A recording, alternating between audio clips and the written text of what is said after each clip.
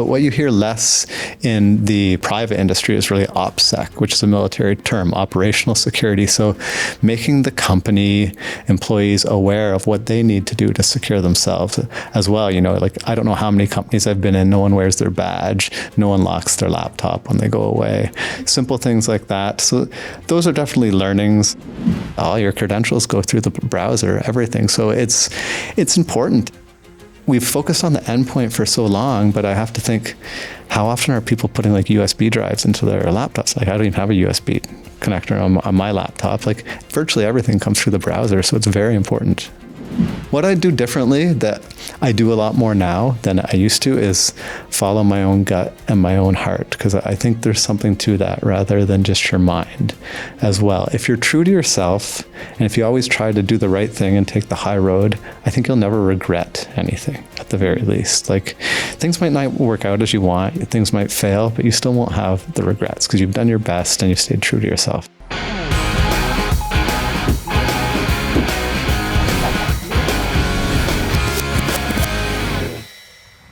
All right, Jesse, welcome to Be Fearless podcast. It's such a pleasure to have you here with us. Thank you, Aleksandra. It's a pleasure to be here. I rushed over here all the way from the hectic Moscone area. Yeah, no, RSA is very busy season for anyone to make it a podcast, so I really appreciate it. Mm-hmm. So I just want to give a brief background to our listeners about you, what you do. So you've been part of Databricks family for quite some time and really built security team there from ground up. We have to talk about the article that you wrote, being a square peg in the round hole. Right now, you also advise multiple venture capital firms, such as Glilot. Did I pronounce it correctly? That's how I pronounce it. It depends on your accent, I suppose. Yeah, so that's how I pronounce it. That's my accent. And right now, also Stint Ventures. Mm-hmm. And yeah, I just would love to know your whole journey. You have such an interesting background. You work at NATO, Amazon, Barclays, Databricks. So maybe you could just walk us through your career, how it all started and why cybersecurity. Yeah, well, thank you again. It has been interesting, I think, because I tend to be adventurous and curious at heart. I'm a small town kid from Canada, and when you get the opportunity to join NATO, to go run around Europe and do exciting things, it seemed like a fun option at the time. And when you started, cybersecurity wasn't even really a term at the time. So most people who are in cyber from that era, I don't want to show my age too much here, they come from military or intelligence community backgrounds. And when you're working for an organization like the Department of Defense, Ministry of Defense, or NATO, everything you do is secure by nature because they handle lots of classified, sensitive data that they don't want getting out. So it's kind of inbred and built into you. And so I worked for NATO for about a decade, and then someone reached out to me from a consulting firm, one of the big four, and asked if I'd be interested in joining them. I was a very naive, relatively young guy at that time. And I said, aren't you guys tax accountants? But no, they had advisory practice in cyber, and it just rolled from there. And cyber obviously exploded in line with internet getting big, technology getting more and more a part of everyone's daily life. So as the ecosystem exploded, I guess different opportunities presented themselves. And being a curious guy, I would jump in and go from one to the other. And I got lucky. I've been a part of, I guess, 3 unicorns now. So it's been quite lucky. Yeah, we definitely can say quite lucky, but I can imagine that working in so many different industries, the way you approach cyber is very different. What would you say were your sort of key learnings, whichever industry you went in? What are similarities and what are some differences if you had to advise someone looking to enter different industry? Sure. Good question. Well, I'd say the core of cyber problems, they're quite standard across industries, but there's nuance, of course. If you're in something like oil and gas or manufacturing, you're dealing with a lot more operational technology, which is more difficult to secure. If you're in financial services, there's high transaction volumes, lots of data coming in. You need to deal with just large loads of data. But one learning I'll say is that threats are scary, but I think systemic bureaucracy can be even scarier. So learning to navigate your way politically through the company to make them aware of security. You probably hear the term security operations a lot, but what you hear less in the private industry is really OPSEC, which is a military term, operational security. So making the company employees aware of what they need to do to secure themselves as well. You know, like I don't know how many companies I've been in, no one wears their badge, no one locks their laptop when they go away. Simple things like that. So those are definitely learnings. Obviously, different diverse viewpoints because I've worked across the globe. I think I've lived in 7 countries now, working in all sorts of industries. So I really value getting the diverse viewpoints for security and working with different companies. It helps you to adapt. Yeah. And I think definitely this approach of being adaptable and flexible is a must in this space, because as adversaries develop, you also have to develop yourself. And you even describe in your blog that when you joined Databricks, a lot of people called it mission impossible. What sort of led you and inspired you to take on this challenge that many people wouldn't have taken as you have? I guess I'm the kind of person that says yes when people tell me that I shouldn't do something too often, that I do it anyways. But to be honest there, I think security operations and architecture, they're in sore need of a revamp right now. They've been operating on the same model for probably 2 decades, and at the pace of technology, that's not good enough to evolve. And find me a CISO out there that's happy with the way their SOC is operating, or their ever escalating bill from certain unnamed vendors. So there's something that has to break. Data is exploding, a lot of it due to AI, because AI takes more data to train. I think 1/3 of all data in the world is real time right now. We're going to hit 250 zettabytes of data this year, half of it in the cloud. So when you have that scale and speed of things going on, you need to say, how can we get ahead of the attacker? How can we do that? And I think a platform like Databricks with its Lakehouse technology, the data intelligence platform, I was like, that could be a good part of the solution. So it was my belief that could be a part of it. I still think it can be, but as to which actual vendor operationalizes that architecture and brings it to the wider market, that remains to be seen. Because there's a lot of players out there. Databricks could do it. And people said it's an impossible mission. I think not because of the technology, but because all these companies are being so successful and making so much revenue dealing with the data and AI issue that the security slice is very small to them. Like a company like Databricks is bringing in $3 billion in annual recurring revenue right now. And if cybersecurity is bringing in 200 million, which is a lot, it's still a small piece of their pie. So how much focus do they want to give to it? And I imagine when you just joined the company, right? I'm sure there were a lot of conversations. Hey, how do we make cyber an important point of conversation, right? So what do you think helped and made you successful along the journey, and which are the parts that you're still thinking worth developing as you go along your journey?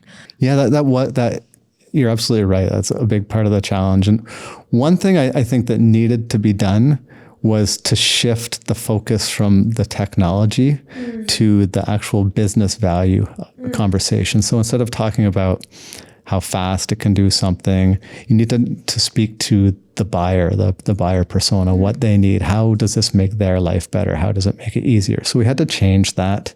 We didn't have anyone in cyber marketing, so we had to learn it amongst ourselves and train the salespeople to speak in that language and create materials.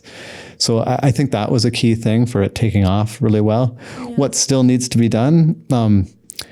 Luckily, I think it's really important when you have a small team and small headcount, you really need to evangelize and get enthusiasm and passionate buy-in, almost like a religion. You know, they really have to believe in it. They really want to do this. And we got that. We did really well at Databricks. We had an extended team of what I call the enthusiasts, the experts and evangelists, of about 300 people, which is pretty amazing to have. Amazing. Yeah.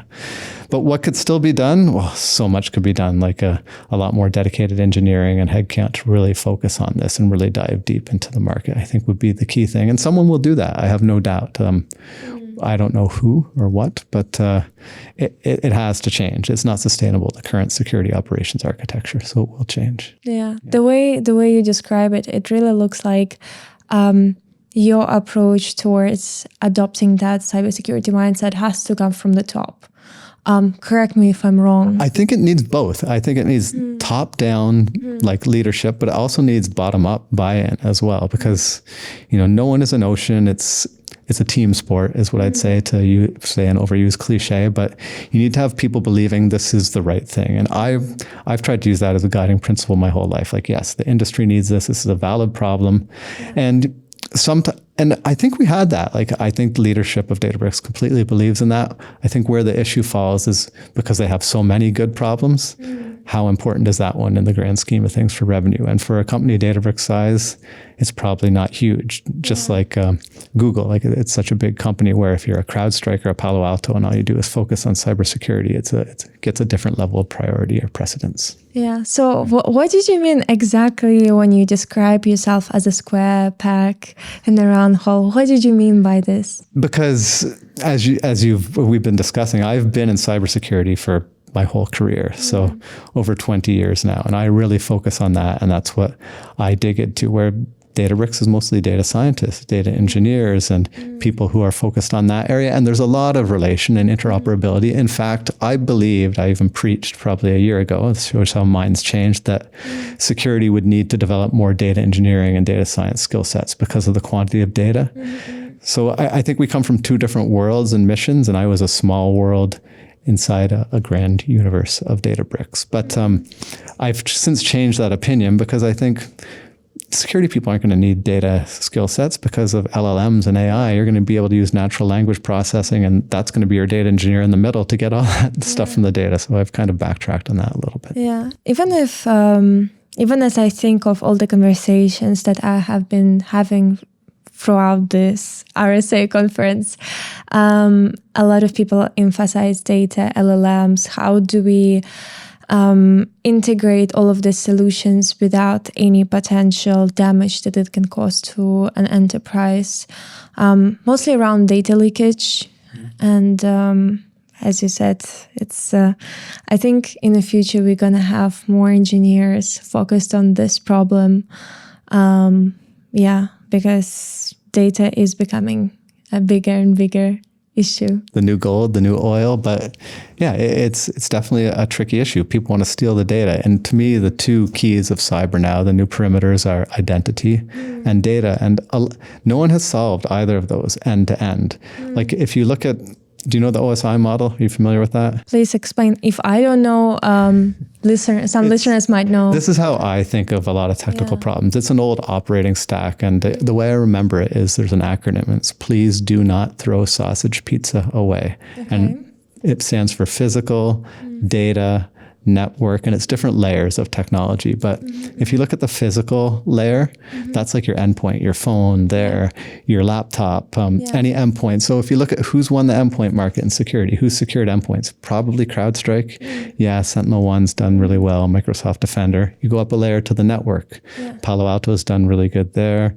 Yes, there's Checkpoint. Palo Alto's also trying to push down into the endpoint layer with Cortex and up into the next layer, cloud layer, with Prisma. Who's won cloud? Well, Wiz is looking pretty good with its $32 billion acquisition by Google, right? But data and identity, there's no clear winner. There's no clear entity that stands out. And I think it's because they're really hard spaces, and I think they're more intertwined than people think.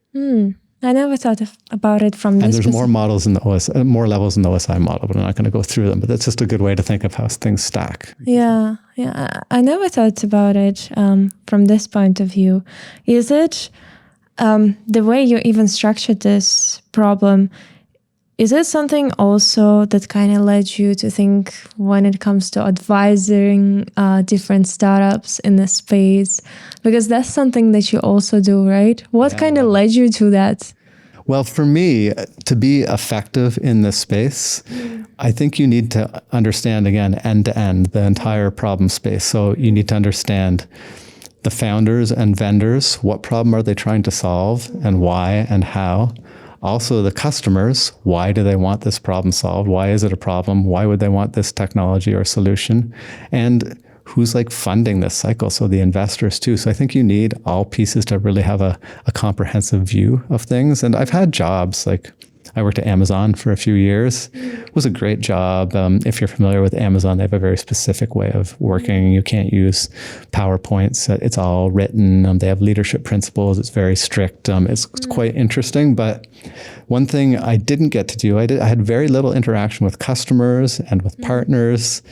And for me, you get kind of tunnel vision. You just focus on what things are in your little world. And I want to understand the whole problem space end to end. So that was something I didn't like about that job. I don't want to be focused inward. I want to understand what's going on.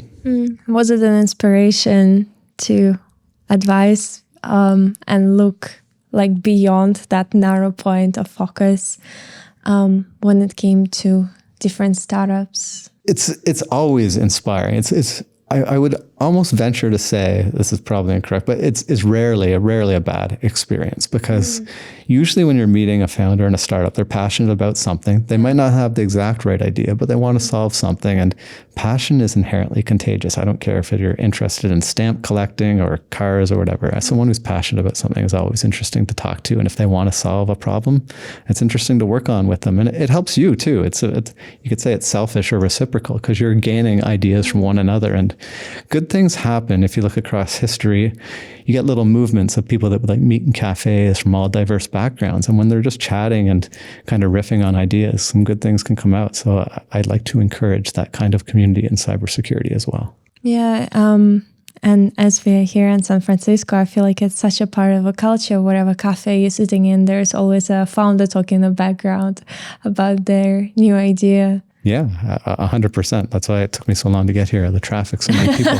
40,000 people converged a little part of the city. Yeah. I wonder what kind of exciting conversations you've been having recently, and what kind of ideas in the space that you saw and that you think are looking quite promising. Like new ideas? Yeah. And so, wow, I just had one in my meeting before getting here, and I shouldn't speak on it too much because it's probably a very fresh idea, but people are looking at securing things right at the compute kernel level, like firewalls around the kernel of the processor. That's a very, very interesting novel concept. Another one I've heard recently is a security operations file system to make like an abstraction layer across all of the data sources going into security operations. So there's some really good things out there that aren't just people talking about agentic AI or their AI native capabilities. So there's a lot going on. And I think a lot of it comes back to when you go back to first principles and the root of the problem. What is the problem we're trying to solve?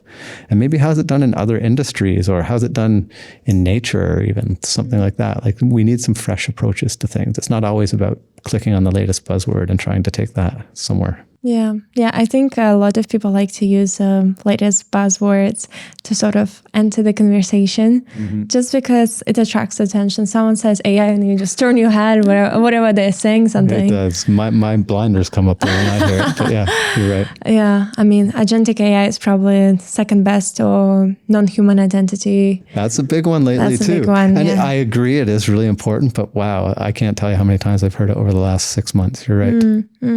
What about browser security? Did you hear that a lot lately? Actually, I have. In the last probably 3 or 4 weeks, I've heard it a lot more. And, initially I didn't give it much thought. I'm the first person to admit this, but the more I think about it, I was like, wow, it is kind of like the Trojan that we're feeding coffee and credentials to every day. All your credentials go through the browser, everything. So it's important. And we've focused on the endpoint for so long, but I have to think, how often are people putting like USB drives into their laptops? Like, I don't even have a USB connector on my laptop. Like, virtually everything comes through the browser. So it's very important. Yeah. I myself don't remember the last time I used a USB stick. I really don't remember. Yeah. And plus, I don't know if you use a lot of WhatsApp web, Telegram web, LinkedIn. LinkedIn is probably the most common example that I can I definitely think use LinkedIn on my laptop. I do not have WhatsApp or Telegram, or I have Signal, but only on my phone. Yeah. And I think especially today when there is so much information transferred via LinkedIn, and then you have so many messages coming from LinkedIn, it really becomes this entry point where lots of personal and work information just coexist and don't have that exact division.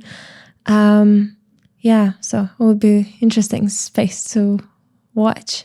It is. There's a lot going on. And as you're no doubt more aware than I know there's tons of issues with extensions, with session hijacking, with shadow IT. There's all sorts of things going on in there. So it's a new Wild West, but that's also exciting. When you have new hard problems, that's the fun thing to do. You don't want to do something that's been done 20 times before unless you can really reinvent the wheel. Yeah, I'm sure a lot of aspiring professionals also will be listening to you.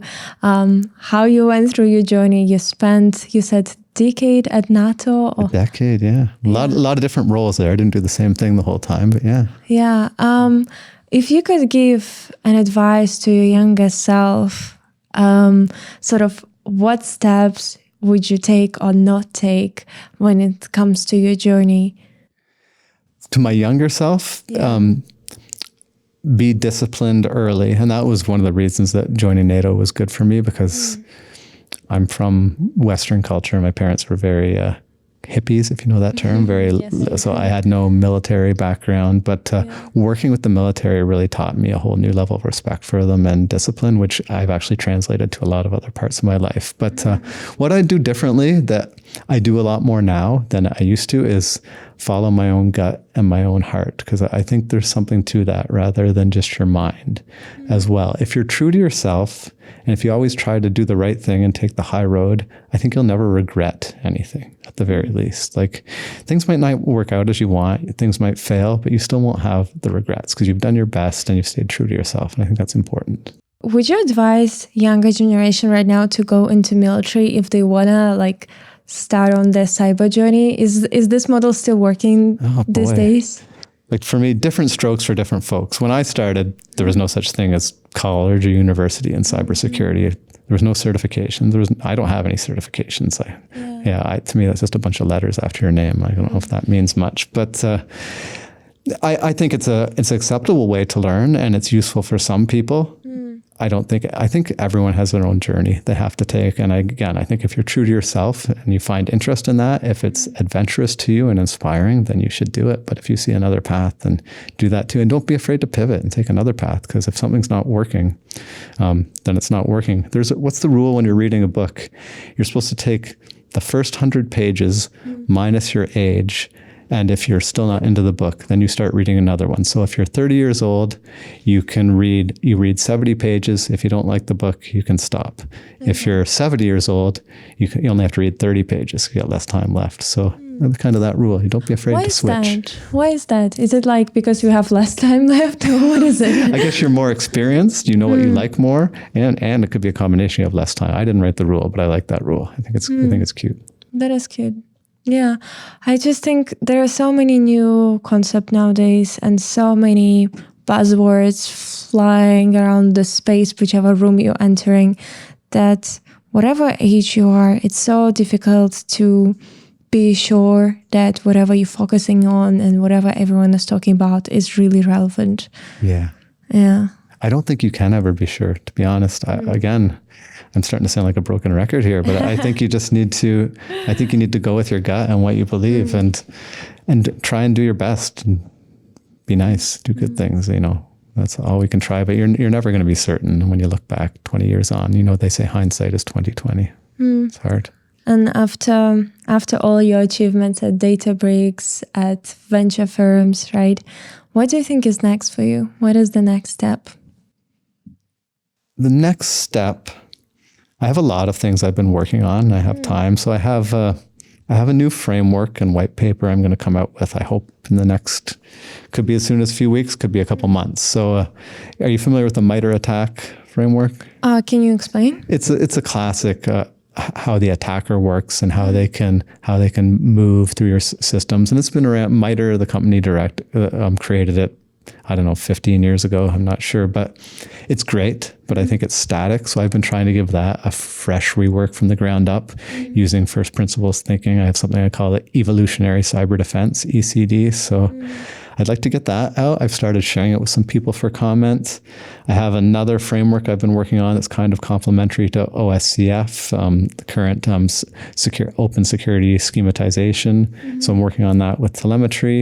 I'm talking to a lot of startups that I find very interesting, and I want to build something. I want to do something adventurous, whether it's a brand new company that I start on my own or if I join an early company on their journey. We'll see. I'll decide in the next few months, but it's going to be one of those two things, something from the very beginning to build. See. Yeah.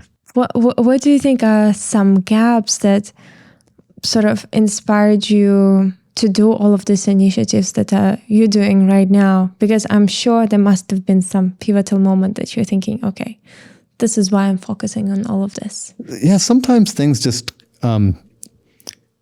they come to you, like they kind of gel over time. But the speed and pace of data, the velocity of data, the variance of data coming in, how identity in data is still a major problem and hasn't stopped, how the speed of attacks is ramping up and is going to get even faster. I just believe that we need some fresh perspectives on these. And I'm not saying I have all the answers, but I'm going to throw out something for people to comment on and hopefully iterate. It's going to be free. It's going to be an open source framework or white paper. And I hope it gets attention and people want to run with it. So yeah, it's just, again, from talking to people like yourself, like founders, like practitioners, all those people, it all comes back, we all work together on a team, and that's it. We're kind of some global team. Yeah, that's awesome that is, you share it with everyone, because I think this space really needs more sort of open source and open materials out there that everyone can just leverage and make the defense side stronger than offense side. Yes. Need to share. There's coming from military has a term, need to know, like privilege, but there's also a need to share privilege. And it's, again, to get that community aware. And that's actually one of the principles in the framework. It's like community mindset and sharing things that are going on so everyone is aware of them. It's principle 8. It's the last one when you go through it. Yeah. Well, what do you think going to be the biggest challenges in 5 years' time once all the non-human identity is going to get solved? Beyond all these AI-generated attacks we're going to get, like I'm sure everyone speaks of that. So AI is going to be hard. Very advanced deep faking is going to be quite interesting, which is already getting there, though I think I have an idea how that could be solved, to be honest, just using blockchain. But that could be an interesting one. Supply chain, NPM attacks, things like that, I think are still going to get bigger. Yeah, I'll stick with those 3 for now. I think it's such an evolving space that there is always something fun happening, thanks to attackers, once again, because whatever we are talking about, I'm sure in 5-6 years' time, it's going to be something that we've never imagined. Absolutely. I'm in full agreement with you there, but that is exciting, right? Yeah. That's how we do it. Yeah.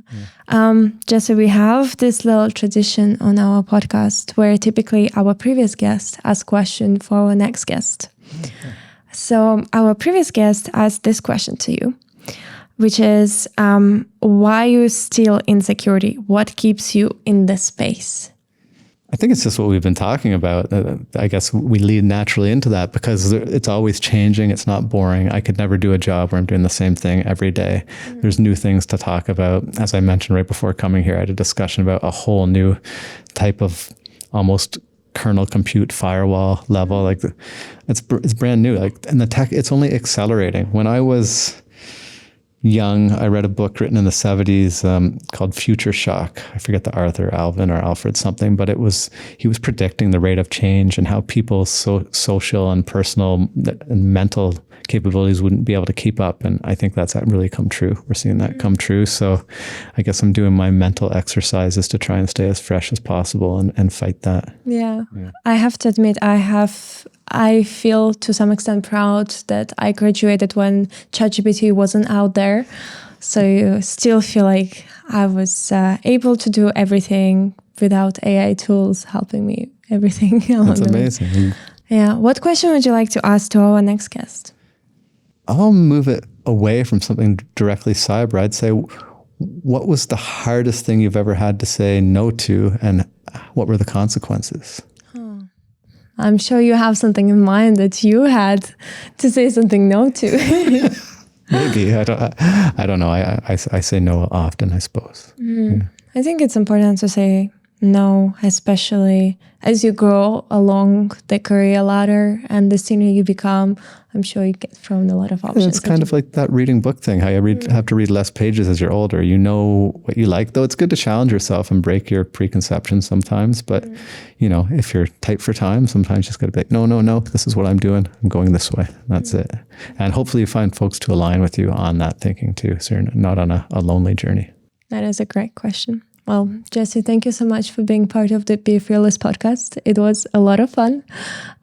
Good to learn about your journey, about what you've done in the space, how to be a square peg in the space and yet be successful. Thank you, Aleksandra. It was good. I tried to be as fearless as possible. So Thank you for having me. It was a pleasure and great to meet you in person too. Okay, awesome.